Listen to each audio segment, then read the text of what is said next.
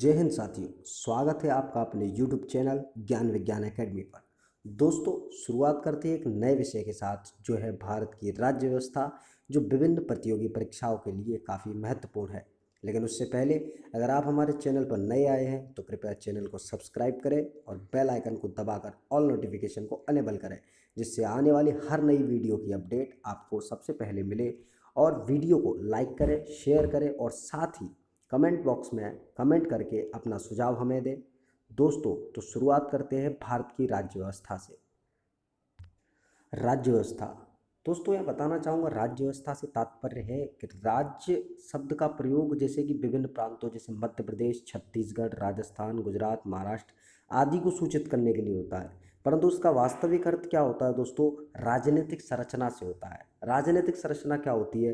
राजनीतिक संरचना से हमारा तात्पर्य ये है कि जैसे भारत सरकार, राज्य सरकारें, न्यायपालिकाएं, विधायिकाएं और नौकरशाही से जुड़े आदि समग्र संरचनाएं जैसे राज्य कहलाती है।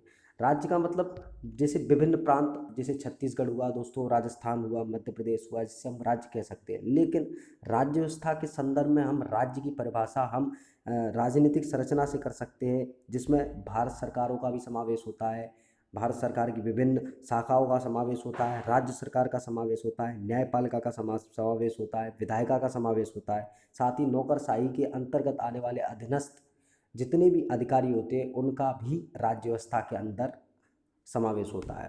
दोस्तों, तो शुरुआत करते हैं भारत की राज्य व्यवस्था एवं संविधान का। भारतीय संविधान और उसकी मांग। भारतीय संविधान किसे कहते हैं? तो दोस्तों यहाँ बताना चाहूँगा कि आम तौर पर किसी भी प्रभुसत्ता संपन्न लोकतांत्रिक देश में उसके संविधान के निर्माण का कार्य एक जनप्रतिनिधि संस्था द्वारा किया जाता है, जो संविधान के विभिन्न पक्षों, उद्देश्यों, प्रावधानों को विचार करती है और संविधान बन जाने के बाद उसका अंगीकार करती है। इस प्रकार की संस्था को हम संविधान सभा कहते हैं। तो दोस्तों बताना चाहूँगा कि किसी भी देश को चलाने के लिए, उस तंत्र को चलाने के लिए एक कानून की आवश्यकता होती है। उस कानून को बनाने वाली ही संस्था को ही संविधान सभा कहा जाता है। साथ ही यहाँ पर प्रभुसत्ता संपन्न सा अर्थ है अपना। प्रभुसत्ता संपन्न से अर्थ है कि एक ऐसा राष्ट्र जो किसी विदेशी राष्ट्र या किसी देश के अधीन ना हो, उसका गुलाम ना हो, ना ही वो किसी देश का बाहरी देश की सत्ता जिस पर हो, अर्थात वो पूर्ण रूप से स्वतंत्र हो। इस प्रकार से हम कह सकते हैं कि प्रभुसत्ता संपन्न राष्ट्र है। साथ ही यहाँ पर एक शब्द और दिया गया है दोस्तों, लोकतंत्र। लोकतंत्र से हमारा अर्थ क्या है? तो लोकतंत्र में बताना चाहूँगा दोस्तों कि लोकतंत्र की तो सर्वमान्य परिभाषा तो नहीं है, लेकिन परंतु इसकी सर्वश्रेष्ठ अभिव्यक्ति आपने भी सुना होगा कि अमेरिका के 16वें राष्ट्रपति अब्राहम लिंकन द्वारा दी गई है। उन्होंने कहा था कि जनता का जनता द्वारा जनता के लिए शासन। संविधान सभा। संविधान सभा संविधान सभा में संविधान के निर्माण की सर्वप्रथम मांग बाल गंगाधर तिलक द्वारा 1895 में स्वराज विधेयक द्वारा की गई। दोस्तों, यहाँ बताना चाहूँगा कि संविधान सभा की मांग भारत के क्रांतिकारी नेता बाल गंगाधर तिलक द्वारा स्वराज विधेयक द्वारा की गई थी। इसी क्रम में जब हम आगे देखेंगे तो 1922 में महात्मा गांधी द्वारा कहा गया कि भारत का संविधान भारतीयों की इच्छा के अनुसार निर्मित होगा।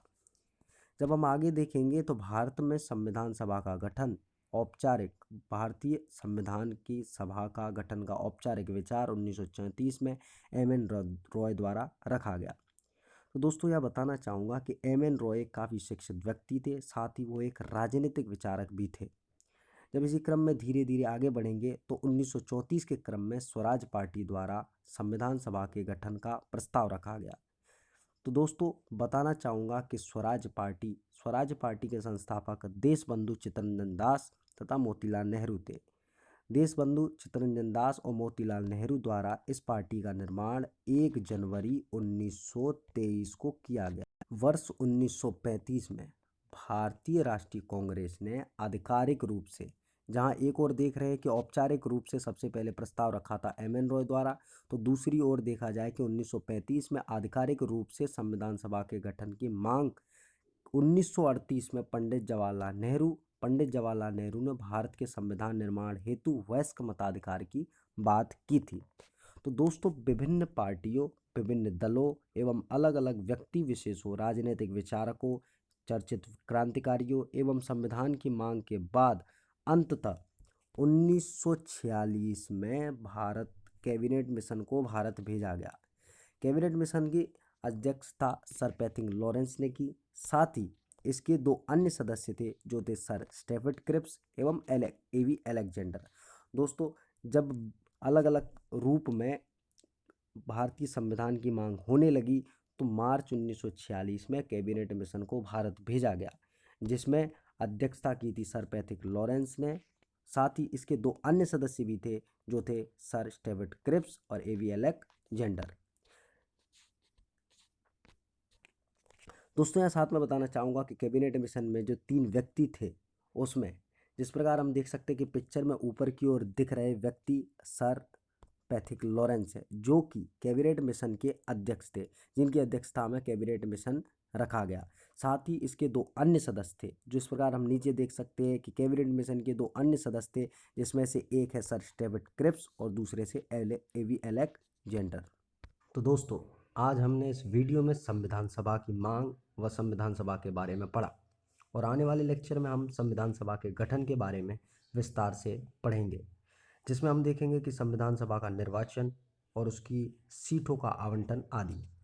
तो आशा करता हूँ दोस्तों आपको वीडियो पसंद आया होगा, तो चैनल को सब्सक्राइब करना ना भूलें। साथ ही वीडियो को लाइक करें, शेयर करें और कमेंट बॉक्स में अपना सुझाव दें। धन्यवाद।